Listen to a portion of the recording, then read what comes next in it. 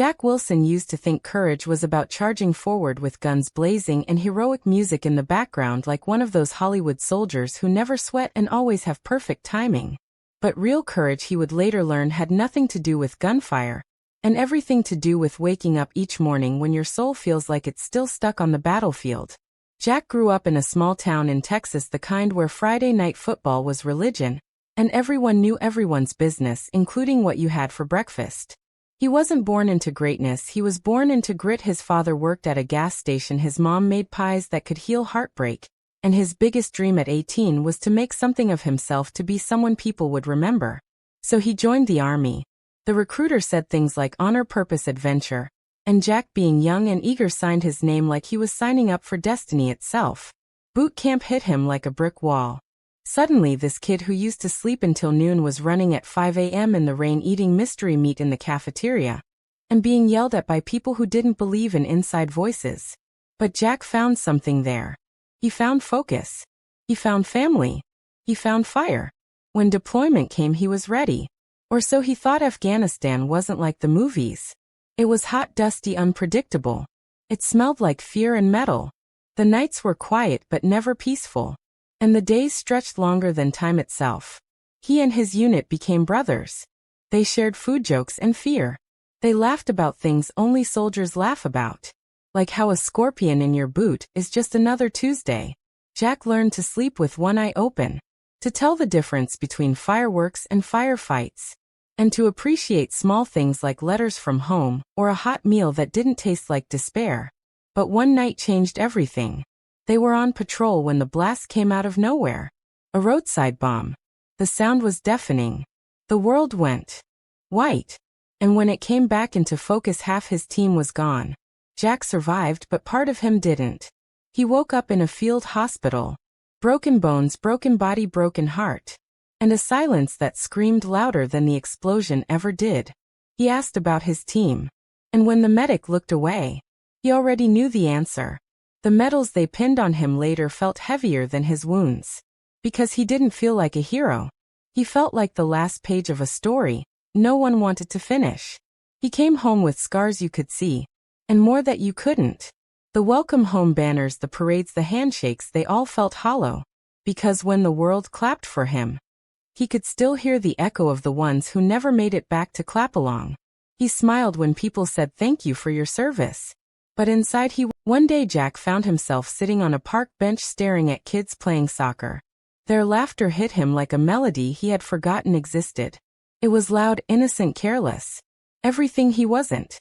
An old man sat next to him and said, "You look like someone who's been to hell and back."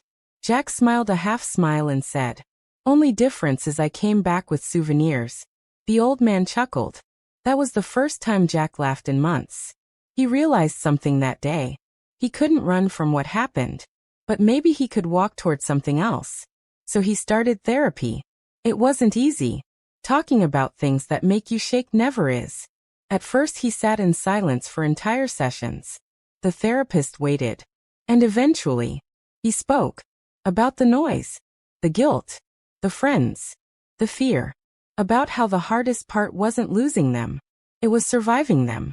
Week by week he began to let the words out. And every word felt like taking off a piece of armor that had rusted around his heart. He volunteered at a local veterans group, helping others like him. And for the first time he felt understood.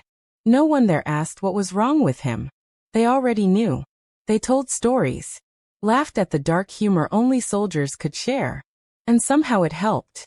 But what really changed Jack was a single letter. A letter from the mother of one of his fallen brothers. She wrote, "My son always said you were the one who made him laugh when he was scared. I hope you keep making people laugh."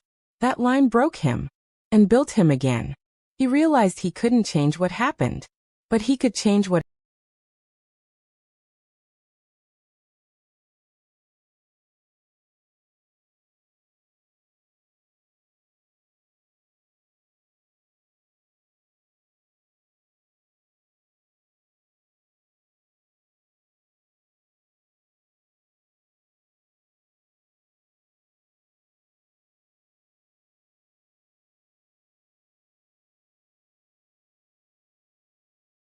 Jack went back to school using the GI Bill, surrounded by students half his age and full of energy.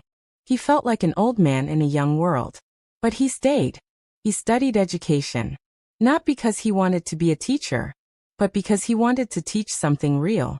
When he walked into his first classroom years later, he was terrified. Not of war, but of kids judging his bad handwriting and outdated jokes. He introduced himself. "My name is Mr. Wilson. I used to fight wars. Now I fight bad grammar." The class laughed. And just like that, he found his peace. He didn't teach from textbooks. He taught from experience. When a kid complained about homework, he'd say, "At least no one's shooting at you while you're doing it." When a student said, "I can't do this," he'd reply, "I've seen people crawl through dust with broken bones to save someone else. You can solve this equation." His classroom became a safe place, not just for learning, but for growing. He taught history, but he also taught empathy, discipline, courage, and the value of second chances. His students didn't just see a teacher. They saw a man who had seen the worst of humanity and still believed in its best. Every Veterans Day, he'd hang photos of his old team on the classroom wall and tell his students, "These are my heroes. They taught me how to live." Jack never married, never had kids, but he had hundreds of students who called him the teacher who made life make sense again. He said once in an interview, "War showed me destruction. Teaching showed me creation. And I think creation wins." When he retired years later, the school gym was full of former students. One of them said, "Mr. Wilson didn't just teach us history. He taught us how to survive it."